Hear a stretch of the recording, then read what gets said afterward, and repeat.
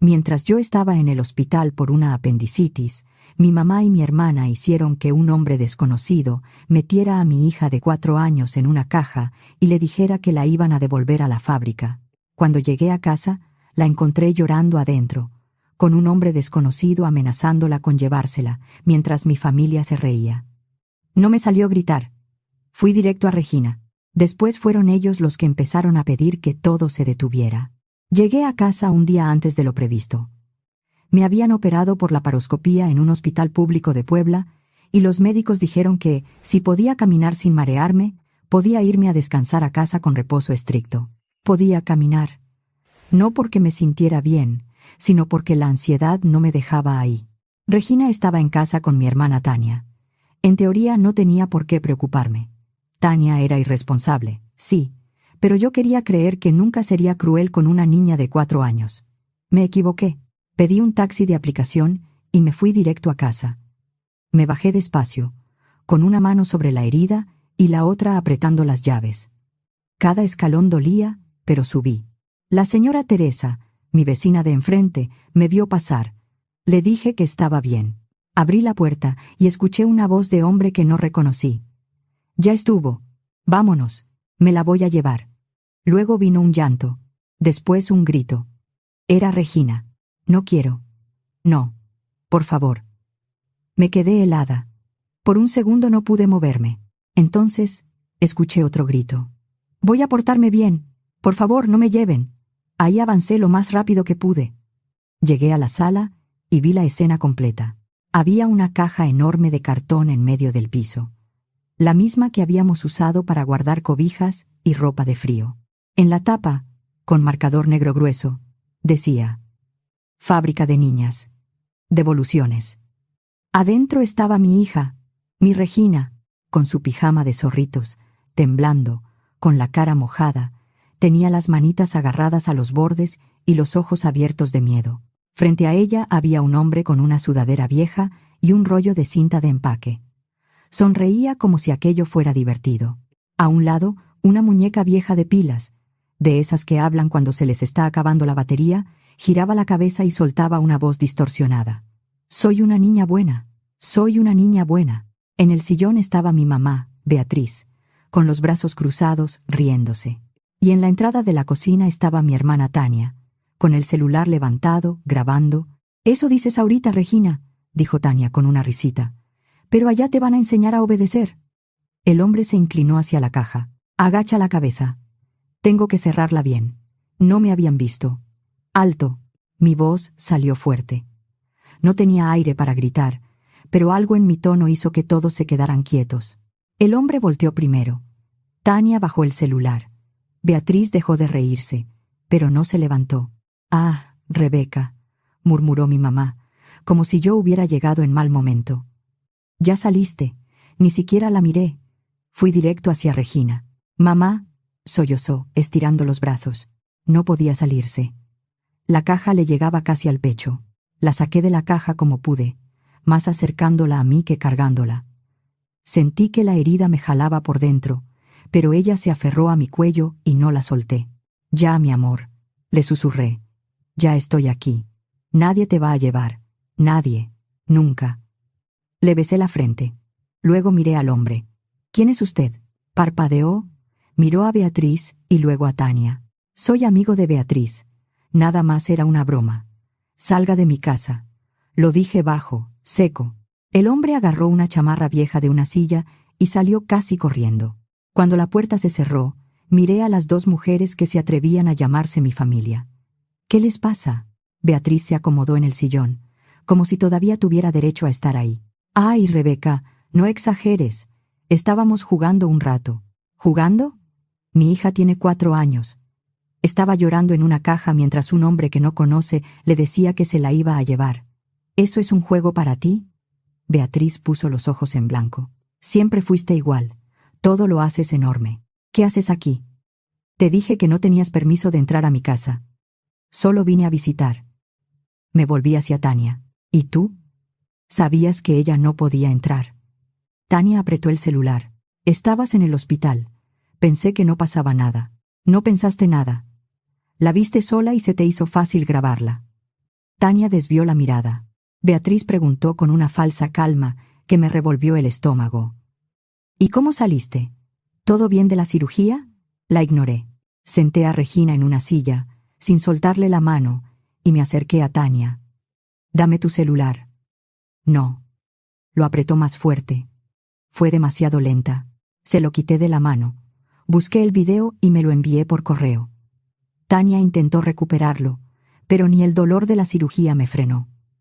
Cuando terminé, dejé el teléfono sobre la mesa. «Beatriz», dije. Usé su nombre a propósito. «Tienes 10 minutos para irte». Se levantó ofendida. «¿Así me hablas?» «Así te hablo». Luego miré a Tania. «Tú tienes 1 hora para sacar lo indispensable y largarte. Rebeca, no empieces. Lo que se quede después de 1 hora se va a la basura». «¿A dónde quieres que me vaya?» «A donde sea, pero yo cuidé a Regina mientras estabas en el hospital». «¿La cuidaste?» «La aterrorizaste para reírte, para grabarla». «Ya dije que lo siento». «No lo dijiste, y aunque lo dijeras, no cambia nada». Beatriz soltó un bufido. «Estás haciendo un drama por una broma». La miré. «Fuera de mi casa». Tania empezó a llorar de enojo. «Eres mi hermana. Y tú eres una adulta que aterrorizó a una niña». Tomé a Regina en brazos y me fui a la cocina. Preparé té de manzanilla y pan tostado con mermelada. Regina se sentó con su conejito de peluche. Ya no lloraba, y eso me preocupó más. «Reggie, escúchame. Nadie te va a volver a hacer eso. Nadie va a tratarte así otra vez. Te lo prometo». Ella no contestó. Solo estiró los brazos. La cargué. Más tarde nos acostamos juntas. Le leí un cuento de una princesa valiente y un dragón. Se durmió a la mitad, con la frente arrugada. Cuando salí de su cuarto, la casa estaba en silencio. Beatriz y Tania se habían ido.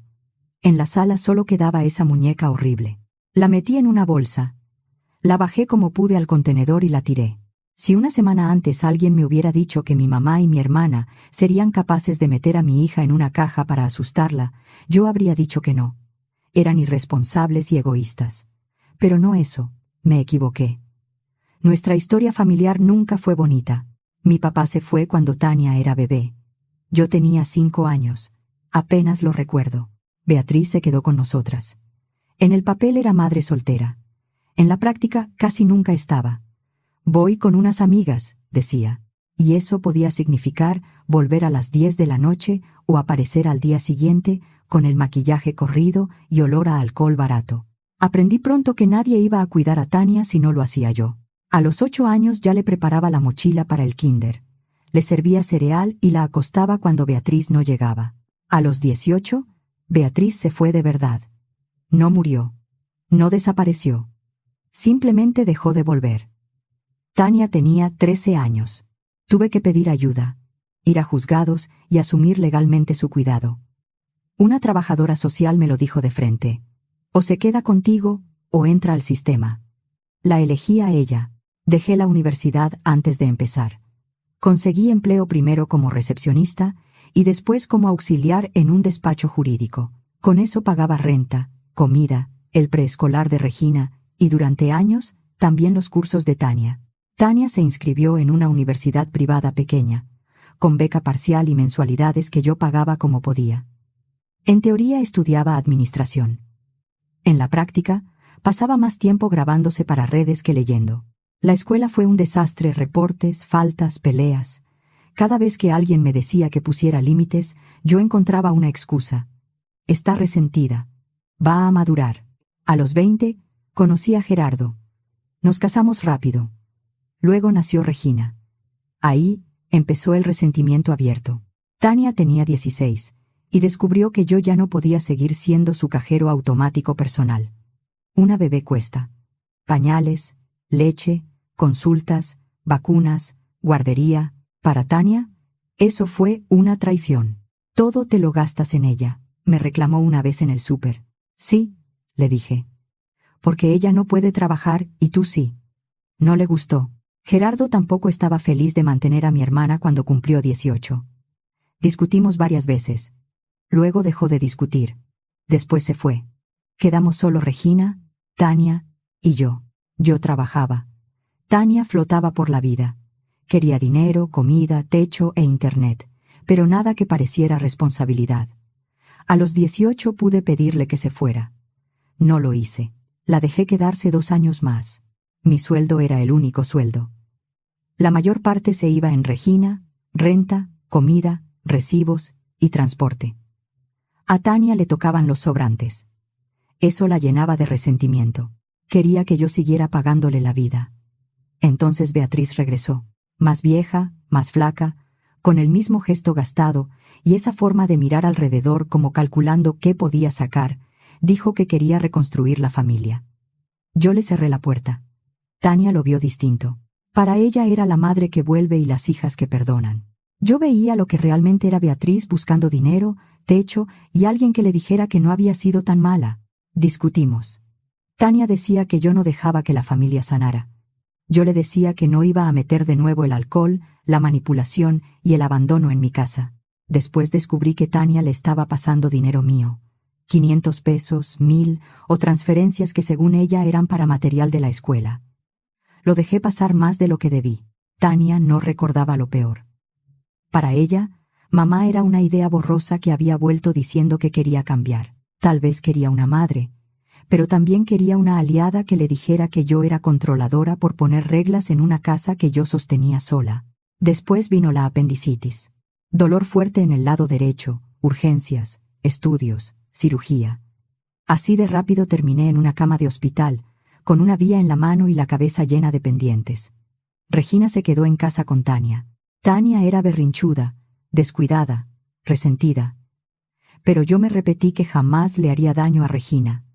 Ahora veo las señales con una claridad que duele. Tania se desesperaba con ella. La llamaba torpe cuando se le caía algo. Se reía si tropezaba. Una vez le dijo que estaba muy llenita para usar un vestido. Regina tenía 3 años. La enfrenté. Tania puso los ojos en blanco. «Ay, es broma. No la críes tan delicada». También hubo una vez en que aventó un juguete tan fuerte que lo rompió. Otra en que dejó a Regina sola en el área de juegos porque, según ella, solo entró rapidísimo a una tienda. Peleamos. Me enojé. Pero siempre terminé perdonando. Pensé que Tania era descuidada, no malintencionada. Resultó ser las 2 cosas. Nunca sabré exactamente qué pasó durante esos 2 días. Quizá Regina lloró porque me extrañaba. Quizá Beatriz apareció con una de sus ideas torcidas sobre corregir niños y Tania lo encontró divertido. Pero lo que encontré al llegar no fue una travesura. Lo habían preparado, habían buscado la caja, habían escrito el letrero, habían sacado la muñeca. Beatriz había invitado a Raúl, porque ningún hombre normal acepta ir a una casa para asustar a una niña. Quizá creyeron que era una lección. O quizá simplemente disfrutaron sentirse grandes frente a alguien indefenso. Desde ese día dejé de tratarlas como familia. Esa noche, Regina durmió a ratos. Más que dormir, se sobresaltaba. Apretaba su conejito, murmuraba cosas que no alcanzaba a entender y se pegaba a mí cada vez que yo intentaba moverme. Yo me senté junto a ella con el celular en la mano. Tenía que ver el video. Respiré hondo y presioné reproducir. El video empezó con Beatriz arrastrando la caja hasta el centro de la sala. El letrero se veía claro. Fábrica de niñas. Devoluciones. No estaba escrito deprisa. Lo habían planeado. Raúl aparecía al fondo, con la cinta de empaque en la mano. Beatriz se sentaba en el sillón, cómoda, como quien espera que empiece un programa. Regina estaba en una esquina, ya llorando. «No quiero», decía. La voz de Tania se escuchaba detrás del celular. «Ándale, siéntate, no hagas berrinche». «No quiero», gritó Regina. Sentí que el aire se me atoraba. «Apúrate», dijo Beatriz, riéndose. «Estás deteniendo la fila. Tu tío ya se va». Raúl entró en cuadro. «Vámonos, niña». La agarró por debajo de los brazos. Regina pataleó. «No me toque». «Mamá. Quiero a mi mamá». Pausé el video y me tapé la boca. Mi hija dormía a mi lado. No era una rabieta. Era miedo real. Miedo de que la abandonaran. Miedo de que yo no volviera. Seguí viendo. Raúl la metió en la caja. «Siéntate bien para que pueda cerrarla», dijo Tania. «En la fábrica te van a enseñar a portarte». Beatriz encendió la muñeca. La muñeca giró la cabeza y repitió: «Soy una niña buena. Soy una niña buena». Beatriz dijo: «¿Ves? A esa sí la vamos a traer. A ti te vamos a cambiar por una que no delata». Y se sentó otra vez. Todos se rieron. Mi hija lloraba y decía mi nombre. Luego Raúl se inclinó. «Ya estuvo. Me la llevo». «No. Por favor. Voy a portarme bien». Detuve el video. No necesitaba ver más. Yo había llegado justo después de eso. Me quedé sentada en la oscuridad, con el celular en la mano. Después de ver eso, no quedaba nada que justificar. Habían humillado y aterrorizado a una niña pequeña porque podían hacerlo. No iban a salir de eso con un simple «perdón». No dormí. Cada vez que cerraba los ojos pensaba: ¿qué habría pasado si no me hubieran dado de alta antes? No lo sé.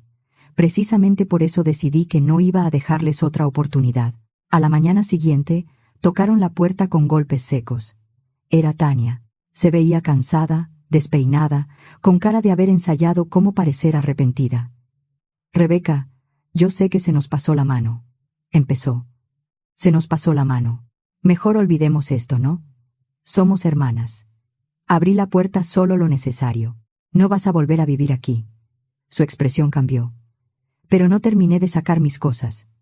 «Hazlo ahora. Yo voy a estar mirando». Regina estaba pegada a mi pierna. No se había separado de mí. Fuimos al cuarto de Tania. «Tienes 3 horas para llevarte lo que falte». «¿3 horas? Rebeca, tengo ropa, zapatos, bolsas, libros. Es mi vida. 3 horas. Lo que se quede, lo tiro.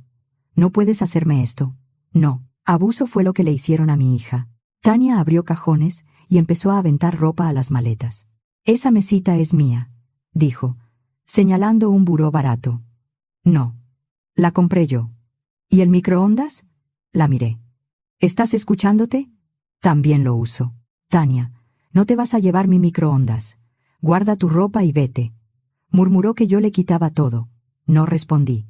Fui a la cocina, preparé café y dejé la puerta de su cuarto abierta. Desde la mesa podía verla meter ropa en bolsas y tirar cosas al piso. Regina coloreaba en silencio junto a mí. Eso era lo que más me dolía. Mi hija siempre hablaba: «Mira, mamá. Mira mi dibujo». Todo era importante para ella. Ese día apenas levantaba la cabeza. Casi 3 horas después, el pasillo estaba lleno de maletas y bolsas. «Luego vengo por lo demás», dijo Tania. «No». Se giró. «¿Cómo que no? No vuelves a entrar a esta casa». Extendí la mano. «Las llaves. Rebeca. Las llaves». Las sacó de su bolso y me las puso en la palma con un golpe. Cuando cerré la puerta, el silencio se sintió distinto. Al día siguiente, llamé a un compañero del despacho. Yo trabajaba ahí de auxiliar y sabía que necesitaba orientación, aunque no pudiera moverme bien. Fui un rato, despacio, con Regina conmigo. Se sentó en una esquina con hojas y colores mientras yo le mostré el video. Mi compañero lo vio sin hablar. Cuando terminó, soltó el aire despacio. «Rebeca, esto no es una broma.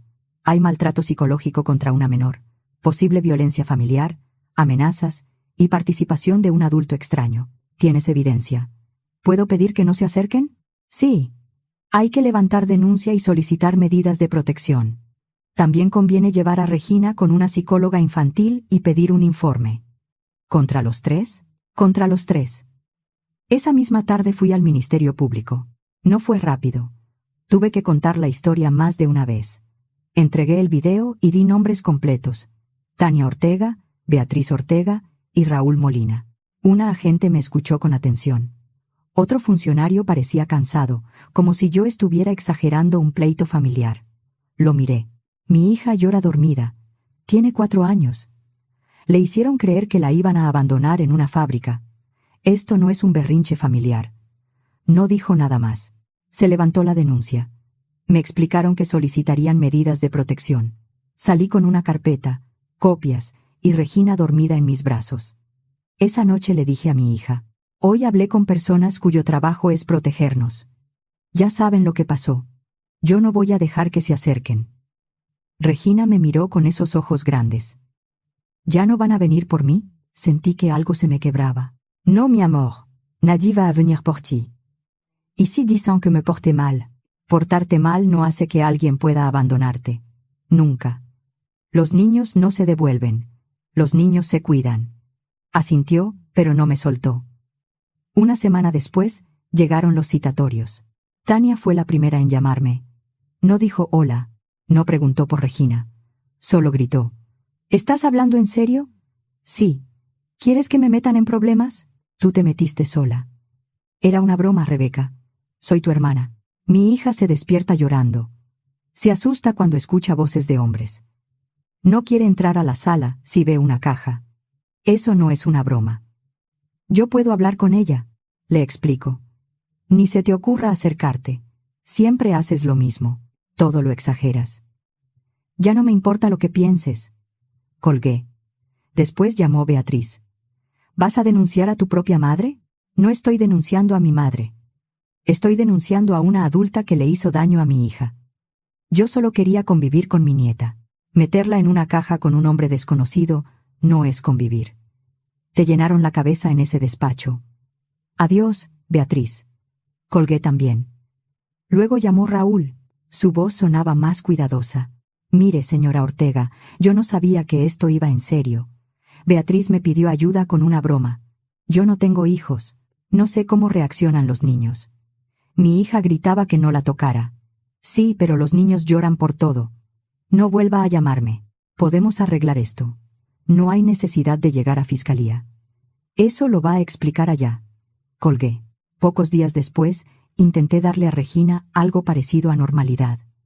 La llevé al preescolar unas horas. Hablé con la maestra Denise y avisé que nadie debía recogerla excepto yo. Pero cometí un error. No entregué de inmediato la documentación por escrito. Y Tania, hasta antes de todo, estaba en la lista de personas autorizadas. A media mañana me llamó la maestra. Señora Rebeca, necesito que venga. Su hermana Tania se presentó aquí. Sentí que el estómago se me hundía. ¿Dónde está Regina? Está conmigo. No se la entregamos, pero alcanzó a verla. Salí como pude. Cuando llegué, Regina estaba en el área de mochilas, abrazando su lonchera contra el pecho. Tenía la cara pálida y los ojos enormes. En cuanto me vio, se lanzó a mis brazos. Mamá, estoy aquí. La cargué y miré a Denise. ¿Qué le dijo? La maestra estaba muy seria. Le dijo que todo había sido un malentendido, que la extrañaba, que la quería abrazar. Regina se hizo para atrás y empezó a llorar. Ahí la saqué y llamé a dirección. Lo siento. Como antes su hermana venía por ella, la dejaron pasar a recepción. Gracias por llamarme. Pero no debe volver a acercarse a mi hija. Lo entiendo. Tráiganos la orden o cualquier documento y actualizamos todo hoy mismo. Esa noche, Regina tuvo una crisis. No quería dormir. Lloraba si apagaba la luz. Me pedía revisar debajo de la cama, el closet, la puerta. Cuando por fin se quedó dormida, empezó a murmurar. «¡No me lleven! Por favor, no me lleven!». Me senté en el piso junto a su cama y le sostuve la mano hasta el amanecer. Al día siguiente busqué una psicóloga infantil. La doctora fue tranquila. Habló con Regina sin presionarla y la dejó dibujar. Cuando salimos, me dijo en privado, lo que describe es compatible con una respuesta de trauma. Ansiedad de separación, pesadillas, miedo a ser abandonada. Necesita acompañamiento y mucha estabilidad. Le pedí un informe para el procedimiento, no porque quisiera convertir el dolor de mi hija en papel, sino porque gente como Beatriz, Tania y Raúl se esconde detrás de «era broma» hasta que alguien escribe lo que realmente pasó. Con el informe, el video, la denuncia y el incidente del preescolar, la abogada que me orientaba pidió medidas de protección más firmes. No fue inmediato, pero las concedieron. Tania tenía prohibido acercarse o comunicarse con nosotras. También Beatriz y Raúl. Cualquier llamada, visita o mensaje podía complicarles la situación legal. Pensé que eso los detendría. No fue así. Una tarde, Regina y yo veníamos de comprar pan, leche y fruta cerca de la casa. Era de esas tardes poblanas en que el cielo se oscurece de golpe y parece que va a llover aunque 5 minutos antes había sol. Regina iba tomada de mi mano. De pronto los vi.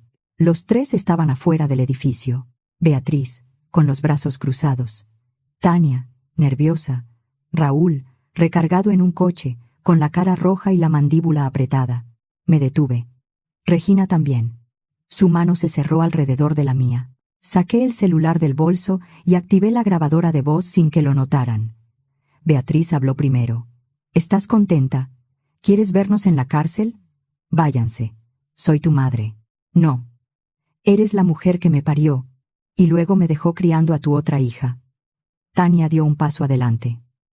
Pudimos arreglar esto en familia. ¿Cómo arreglaron lo de Regina? Metiéndola en una caja y burlándose de ella. Ya basta, dijo Tania. No queríamos hacerle daño, pero se lo hicieron. Raúl se separó del coche. Olía a alcohol y tabaco incluso antes de acercarse. Retira la denuncia, dijo. No. Se acercó más. Regina empezó a llorar. Retírala. Aléjese.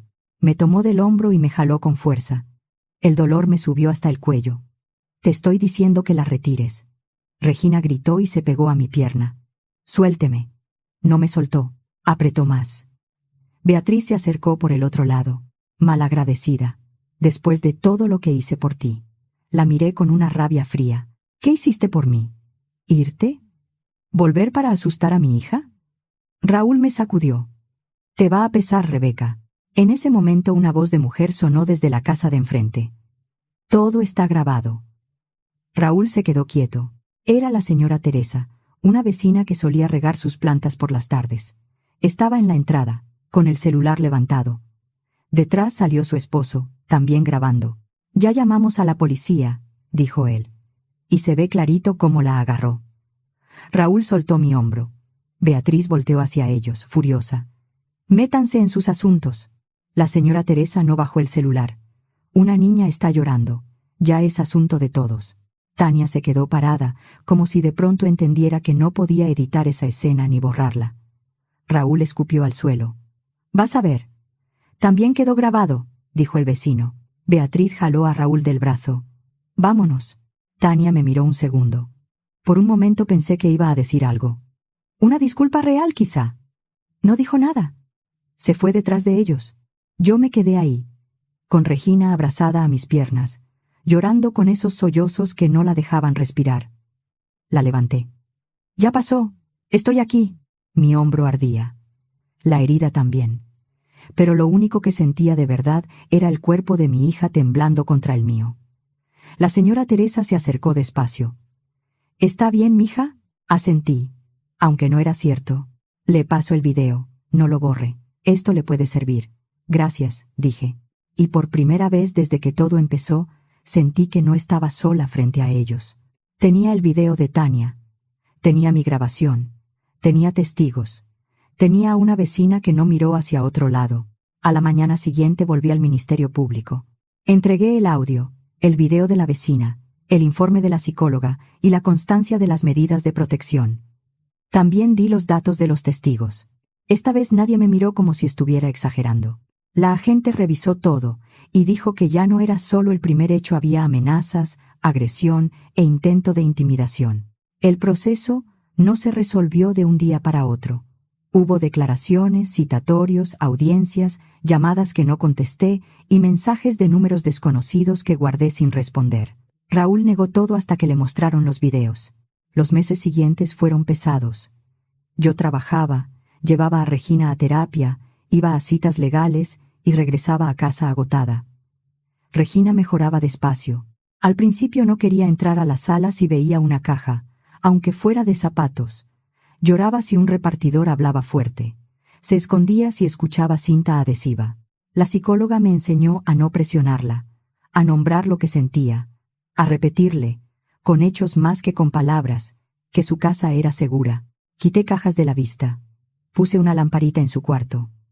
Hicimos una rutina para dormir: baño, pijama, cuento, revisar puerta, abrazo, respiración. Algunas noches funcionaba, otras no. Yo también estaba aprendiendo a vivir sin pedir permiso para protegerla.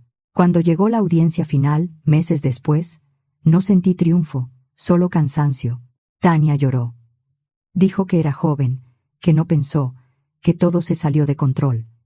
También dijo que solo quería hacer reaccionar a Regina, porque estaba muy berrinchuda. Beatriz se indignó. Dijo que una abuela tiene derecho a corregir, y que antes los niños no eran tan delicados. Raúl dijo que no sabía nada, que solo siguió el juego y que no me quería lastimar. Luego pusieron los videos. El de Regina llorando en la caja. El de Raúl agarrándome del hombro. El audio donde me decía que retirara la denuncia. El silencio en la sala cambió. Después de los videos, ya no hubo mucho que discutir. Tania recibió terapia obligatoria, reparación del daño, trabajo comunitario y prohibición de acercarse. No fue la cárcel que ella imaginaba, pero perdió cualquier derecho de contacto con Regina. Beatriz estuvo detenida varios meses por su participación y por violar las medidas de protección. También quedó con prohibición de acercamiento. Raúl recibió la consecuencia más grave. Por sujetar y amenazar a Regina y después por agredirme para que retirara la denuncia, le dieron una condena mayor. Cuando salieron, Beatriz me gritó algo. «¡No la escuché!». Tania también dijo mi nombre. No volteé. Tomé la mano de Regina, que ese día me esperaba con una amiga del despacho en el pasillo, y salimos. Han pasado 6 meses desde que todo terminó en el juzgado. Nuestra casa está tranquila, no perfecta, tranquila.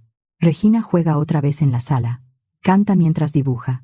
Volvió a preguntar cuándo iremos a African Safari porque quiere ver jirafas. Cuando una niña vuelve a pedir planes, algo está sanando. Sigue yendo a terapia. Todavía tiene pesadillas. A veces se tensa si ve cinta de empaque o si alguien levanta la voz.